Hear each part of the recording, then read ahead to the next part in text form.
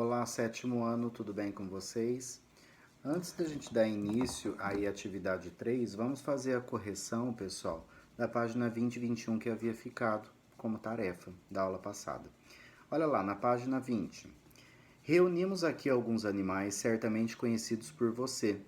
Registre nas lacunas a seguir o nome de cada um deles. Então, o primeiro é um caramujo, depois uma cobra, uma borboleta, carrapato, minhoca, cachorro, boi, sapo, lagosta, aranha, jacaré, abelha, gafanhoto, peixe e beija-flor. Questão A. Escreva abaixo o nome dos animais representados no quadro que não possuem esqueleto interno. Então, nós temos aí, que são invertebrados. Carrapato, abelha, borboleta, lagosta, gafanhoto, minhoca, caramujo e aranha. B de bola. Escreva o nome dos animais representados no quadro que possuem corpo longo e cilíndrico e que não apresentam esqueleto externo. Cobra e minhoca.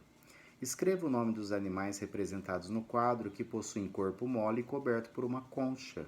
Caramujo. Escreva o nome dos animais representados no quadro que possuem esqueleto externo e patas articuladas: carrapato, lagosta, aranha, abelha e gafanhotos. Depois, escreva o nome dos animais representados no quadro que possuem esqueleto interno: cobra, cachorro, boi, sapo, jacaré, peixe e beija-flor. Ou seja, ele já quer os seres já vertebrados. F. Escreva o nome dos animais representados no quadro que não possuem patas, vivem em ambiente exclusivamente aquático e respiram por brânquias, os peixes. G. Escreva o nome dos animais representados no quadro que possuem 2 pares de patas, vivem em ambientes aquáticos e terrestres, apresentam pele úmida e sem escamas e respiram por brânquias, pulmões ou por meio da pele.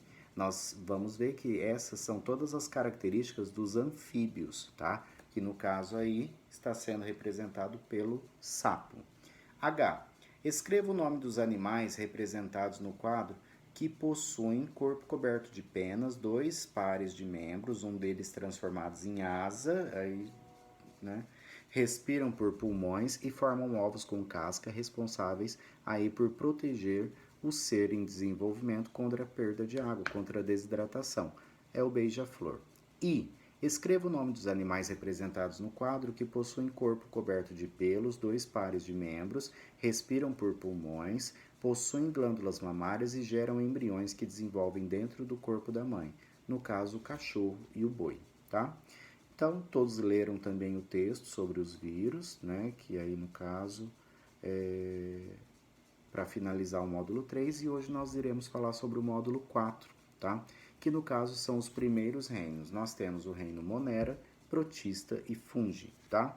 Então, no caso, nós iremos iniciar com o pensamento que vocês têm a respeito aí desses reinos, né? Sobre as bactérias, lá na página 23. Respondam às questões aí A, B, C e D, e elas são pessoais, tá? Pessoal, então nós vamos começar a falar sobre o reino Monera. O reino Monera, ou reino das bactérias, é um dos reinos mais simples que tem, tá? E no caso aí, pessoal, são formados por 2 organismos, pelas bactérias e pelas cianobactérias, tá? No caso, as bactérias são micro-organismos unicelulares e procariontes, sem nenhuma exceção. Todos os organismos que fazem parte do reino Monera, aí no caso, possuem essa característica. Uma outra característica do reino Monera é que eles podem viver de forma isolada ou então em conjunto, formando colônias, tá? E aonde que essas bactérias estão presentes? Em todos os ambientes, tá bom? Agora, eu posso classificar as bactérias de acordo com várias características delas, tá? Por exemplo, eu posso classificar as bactérias segundo a morfologia delas, né? Ou seja, quanto ao formato aí do corpinho delas. Por exemplo, se ela é uma bolinha, ela é chamada de coco, tá? Se são 2 bolinhas grudadas, diplococo, tá? No caso, se ela forma um formato de um cotonetezinho, de uma vírgulazinha, aí no caso ela recebe outro nome. Se ela tiver um outro formato de espiral, recebe outro nome, tá? Né? No caso aí são os vibriões, são os espirilos. Se ela recebe o conjuntinho assim formando um colar de pérolas, tem outro nome, né? Se ela é um formato que parecendo de cacho de uva, tem outro nome, tá? Isso daí eu vou mandar uma imagem para vocês, tá? E vocês vão representar isso numa folha sulfite. Então eu quero lá estafilococcus, vibriões, bastonetes, streptococcus, cocos, bacilos, diplococos, igual na folha que eu vou representar para vocês, tá bom? Agora, quanto à nutrição das bactérias, as bactérias elas podem ser autótrofas, né? Realizando aí a fotossíntese e a quimiossíntese, que é um processo de fermentação, né? Podem ser também heterótrofas, ou seja, elas não produzem o seu próprio alimento, elas têm que retirar esse nutriente de algum lugar. Se elas são heterótrofas, elas podem ser decompositoras, né, ou saprofágicas, tá? Então, no caso aí, são essas características, são essa classificação das bactérias quanto à nutrição. Quanto à respiração das bactérias, elas podem utilizar o oxigênio, como não podem utilizar também o oxigênio. Então, algumas aí, pessoal, elas fazem a fermentação, tá? E no caso aí, elas são tidas como processos com respiração aeróbica, por exemplo, se elas utilizam o oxigênio, ou então anaeróbicas, quando elas não utilizam o oxigênio na respiração. Quanto à reprodução das bactérias, as bactérias elas podem se reproduzir por bipartição, que é quando ela duplica o material genético dela e ela vai e se divide em dois organismos iguais. Pode fazer também a troca de material genético, aí já é uma reprodução sexuada, aonde uma bactéria se aproxima a outra e transfere aí um material genético para outra, tá? Ou seja, tem a troca aí de elementos. Então, por bipartição, reprodução assexuada e aí por troca de DNA, no caso, material genético, pode ser um RNA também, aí já é uma reprodução sexuada. As bactérias, elas podem ser decompositoras, né? Vocês lembram aí, pessoal, que no caso as bactérias, juntamente com os fungos, elas fazem parte do nível trófico dos decompositores na cadeia alimentar, tá bom?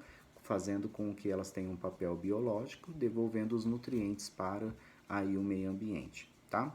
No caso, as bactérias podem ser fermentadoras também, como por exemplo para fazer o processo de iogurte, vinagre, vinho.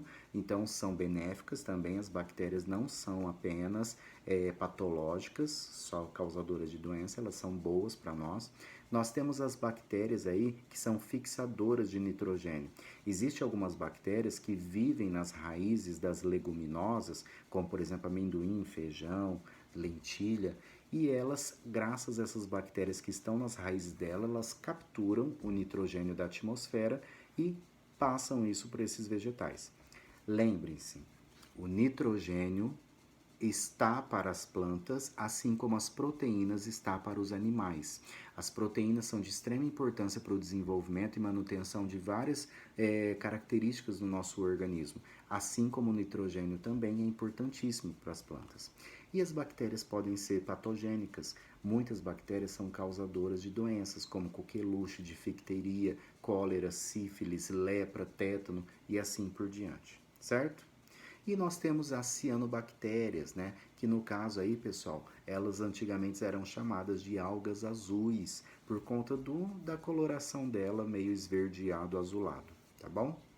Com isso nós encerramos aí o reino Monera, o reino das bactérias, certo, pessoal? Reino protista. Próximo reino. O reino protista, pessoal, é o reino dos protozoários. E não só dos protozoários, mas existem algumas algas que fazem parte desse reino também. Como, por exemplo, nós temos as algas verdes, as algas pardas, algas vermelhas, as euglenas, diatomáceas, dinoflagelados. Aonde lá na apostila de vocês, dependendo do pigmento que ela possui, ela recebe um nome específico. E os protozoários, eles vão receber uma classificação de acordo com a locomoção deles.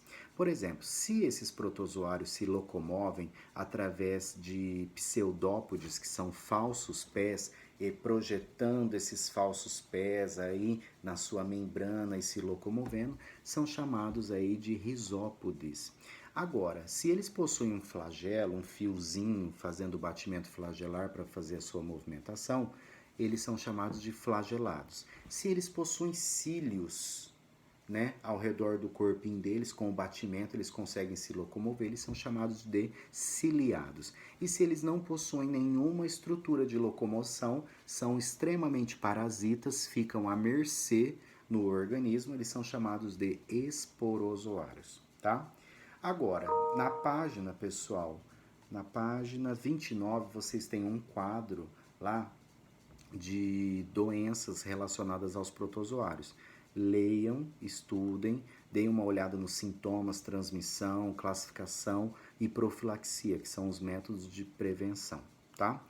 Vai ficar o exercício da página 30 e 31 para vocês resolverem. Assim como também da página 32, 34 e 35, tá? E o último reino que nós vamos ver é o reino dos fungos, tá? O reino fungi. Agora, será que todos os fungos são ruins, são maléficos para nós? Não.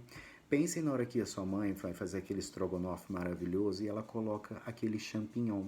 O champignon é um fungo, tá? Nós temos outros fungos também, como por exemplo outros cogumelos, shiitake, shimeji, tá? E assim por diante. Leveduras, tá? E outros elementos mais.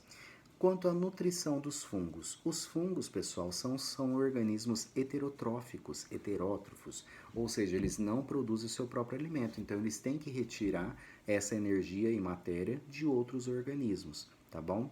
E no caso aí, pessoal, eles podem viver também parasitando outros organismos, tá bom? Como que é a estrutura do fungo? O fungo não tem raiz, porque ele não é um vegetal. Ele tem algumas estruturas, projeções, que são chamadas de hifas. E o conjunto dessas hifas são chamados de micélio, certo? E no caso, pessoal, alguns organismos eles podem se beneficiar com os fungos. Como, por exemplo, vocês já viram lá na frente da escola, naquelas árvores lindas, algumas manchinhas brancas esverdeadas? Aquilo lá são chamados de líquens. O líquen nada mais é do que a associação de uma alga com um fungo, aonde eles vão servir o quê? De parceiros um para o outro, estabelecendo uma relação ecológica de mutualismo, aonde um beneficia e auxilia a sobrevivência do outro. O fungo, ele vai garantir a umidade para a alga, e a alga, sendo vegetal, ela faz fotossíntese, ela dá o alimento para o fungo, certo? E os fungos são tanto bons quanto ruins também, né? Alguns fungos são causadores de doença. Uma doença muito comum que a gente conhece bem é a micose. A micose nada mais é do que o fungo, quando você tem aquela coceirinha que eu sei entre os dedos do pé, tá? Agora, como que eu vou fazer a reprodução dos fungos? Os fungos eles vão se reproduzir através de esporos. Eles soltam esses esporos, eles encontram um ambiente favorável, né, condições favoráveis para se desenvolver, e aí no caso eles se proliferam, tá bom? Pessoal, então eu já havia deixado as atividades para vocês, página 30, 31, 32, 33, 34, 35. Depois, as páginas 55 até a 57, tá bom? Então, aí depois eu vou mandar outro vídeo com a atividade 4, iniciando a correção dessas atividades e depois finalizando a atividade 4 com a explicação do módulo 5. Tá bom, pessoal? Tchau para vocês. Não se esqueçam de resolver os exercícios. Tchau, tchau.